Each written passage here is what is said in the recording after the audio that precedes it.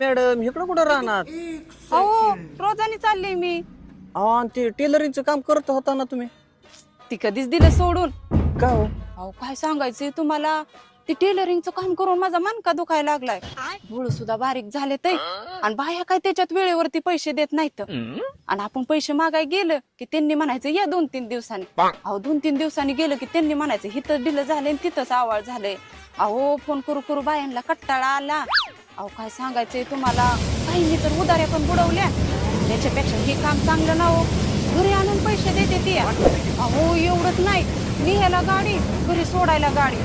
टेलरिंगच्या कामात मला जेवायला सुद्धा टायमिंग मिळत नव्हता, पण आता मी 3 टायमिंग पोटभर खाती यावं. आणि ते मोबाईल कशाला चालवलाय हो? तो मोबाईल होय टायमिंग बघायला. मी वेळेवरती जेवण करते.